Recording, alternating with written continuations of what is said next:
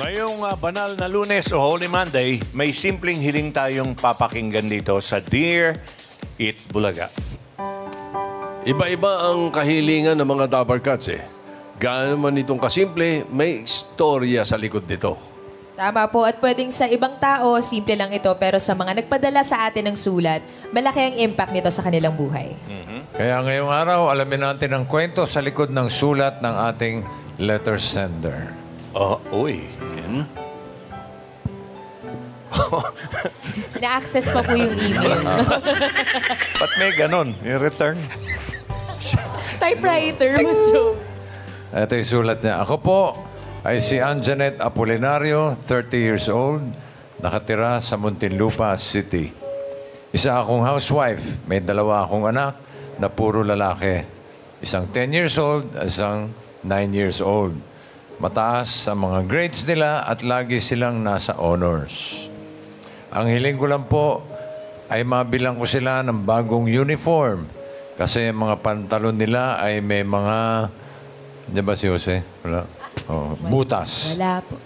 May mga butas na ginagawa ko, tinatahi ko lang. Naawa kasi ko, sinabi ng panganay ko, Mama, sana makabili na tayo ng bagong uniform. Ang sabi ko na lang, sige lang anak, makakabili din tayo, mag-ipon muna ako. Ang kinikita kasi namin ng asawa ko ay sapat lang pambayad ng bills at upa sa bahay. Sana po ay isa ako sa inyong mapili. Maraming salamat po. Nagmamahal, Anjanet Apolinario ng Muntinlupa City. P.S. Hello kay Maine. Wala po, Wala. Okay. Kasama natin ngayon dito sa studio ang ating letter sender from Muntinlupa City, si Anjanet Apolinario, at ang kanyang dalawang anak na si Rom John at si Rom J. Uy. Halika po halika. dito. Halika dito. Okay. Rom John, Rom J. Parang Sino si- kabal. Sino si Rom J, Rom John? Siya si Rom John. Ito si Rom John. Ito Si Rom yung J. panganay. May mikropono po. Opo. Magandang hapon po, Anjanet. Magandang hapon din po. Kamusta po kayo? Okay naman. Anong pakiramdam nyo at napili yung sulat ninyo? Yung simpleng hiling. Masaya po. Sobrang saya. Excited. At ang hiling mo ay para dito sa dalawang magkapatid na ito. Ano ba trabaho ni Mister? Maintenance po. Maintenance. Okay. Ikaw na housewife. Opo, house. Okay. Si Rom John. Rom J. Rom J. Rom J. Anong grade ka na, iyo? Grade 5 po. Grade 5. Kamusta ang mga grades? Okay naman po. Anong average? Mga nasa 90 plus po. 90 plus. 50 plus, sabi rin. Lagi daw honor bossing yung mga anak niya, sabi ni Mommy Anjanet sa letter. At ito naman si Rom J. Rom John. Rom John. Rom John, Rom J. Rom John. Sabi ng mga teachers, di ba, mataas daw ang mga grade nila. Anong grade mo? 3 po. 3. Anong average? 90 din. 90 plus din po. 90 plus din, bossing. Rom. Talino. Sino, nag-aaral ako, parang ganyan din. Puro plus lang eh. Walang 90, bossing. Wala, plus lang. 90 plus ang average, butas pa uniform niyan, ha? Oo. Pero meron ka ba parang inaasar ng classmates dahil sa butas ng uniform mo? Ikaw, may Wala naman po. may nang-aasar ba? Wala. Wala naman. Ikaw, Rom John. Wala din po. Tama ba? Hindi, mukhang malalaki ito eh. Wala naman nang-aasar sa'yo. Hindi naman po Saan ba yung mga butas? Sa pantalon ba o sa shirt? Nay? Pantalon po. Pareho. Pantalon po. Sa pantalon? Ba't naman nagkakabutas-butas ang pantalon? Baka... Luma. Sa laki. Mabilis po kasi lumaki po kasi. Oo nga, mukhang malalaki itong anak niya. Oo. Pero tinatahi nyo naman, Mommy, di ba po? Ay, bossing, ito magpapatunay na talagang mataas ang grades nila sa school. Ito po yung sabi ng kanilang mga teachers. Oh? Aba? Si Rom J po ay napaka-responsableng bata. Dahil siya isang responsable at laging ready sa pagpasok, kabilang siya sa honor student. Meron siyang determinasyon na makatapos sa kanyang pag-aaral at matulungin po yan. Tinutulungan niya yung mga batang hindi nakakabasa. Lagi nagkakaroon siya ng initiative na, teacher, tulungan ko po ito para makabasa. Pababasahin ko po yan, teacher. Matulungin, mabait, at mapagmahal sa mga magulang.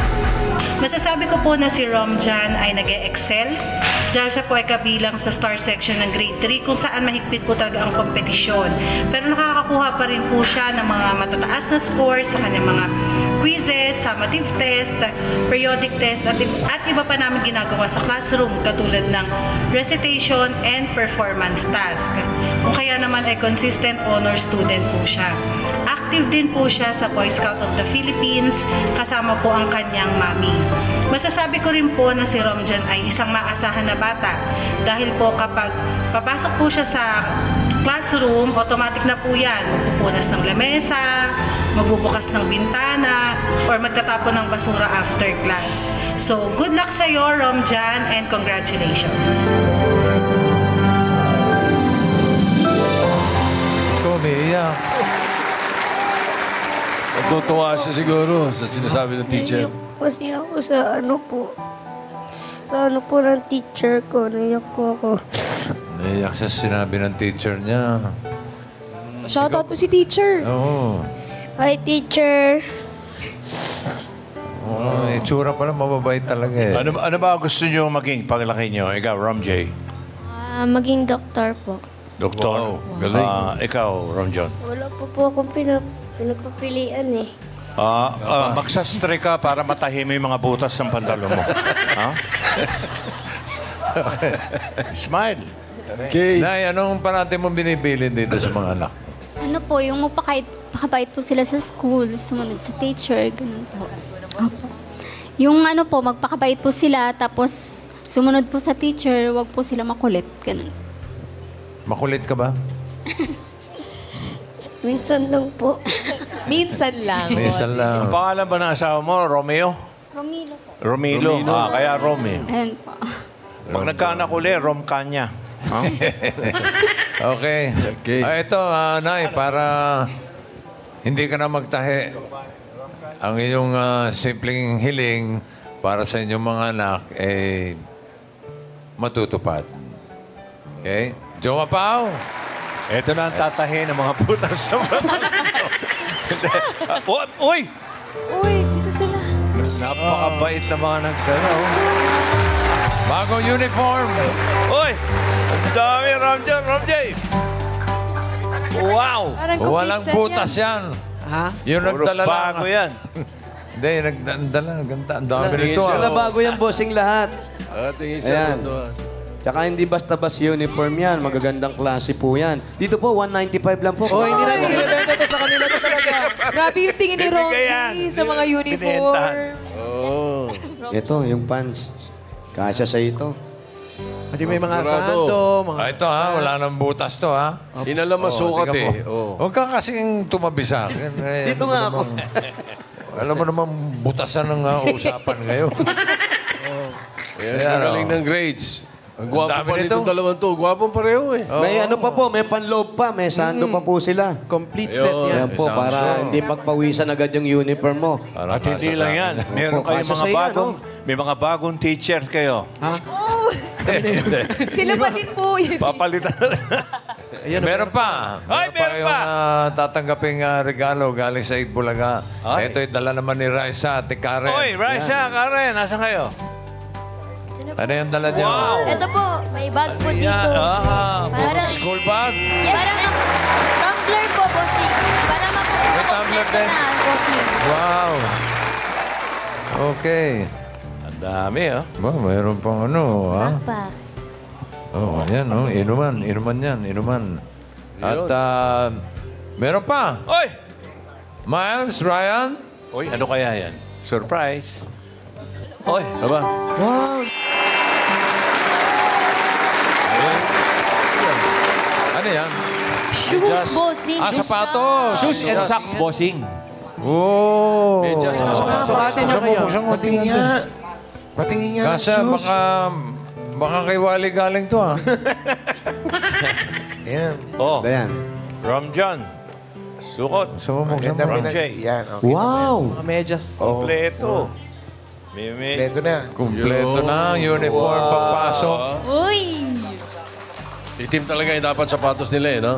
Oh, Ginamit ko tong sapatos na to sa unang movie ni Enteng. Si Mami naman, ano pangalan mo? Si Angela Anjanette. naman, bibigyan ni Mimi ng isa sa mga bags niya. Ayan, kumpleto na yung uniform. Nay, hindi ka na magtatahe, Anjanette. Thank you po, Busing. Thank you po sa inyo lahat. No, para kumpleto. Ay, si Tito Sen, may regalo din Yan dito naman, sa diba? mga anak mo. Kompleto. Siyempre, may alawan silang pareho. Baon. Hop! Baon. Okay, kompleto, pambaon. Thank you po sa bumubuo ng TV, sa Itbulaga, sa TVG po, sa lahat po dito. Thank you po sa inyo lahat po. Laking tulong po sa amin to. Thank you po. Okay. Ikaw, Rob John. Salamat po sa lahat. Salamat rin po sa AAT, Itbulaga po. Salamat po sa TVJ. Okay. Rom John. Sino ba ito? Rom J, bossing. Rom J. From John. Rom John! Ito si Rom J. Kaya natin to. Ito si Rom John, yung si Rom J. Rom John, ano masasabi mo? Thank you po sa EAT. Okay. Opo. Hindi ka naiiyak. Okay. Happy siya. Maraming salamat sa inyo.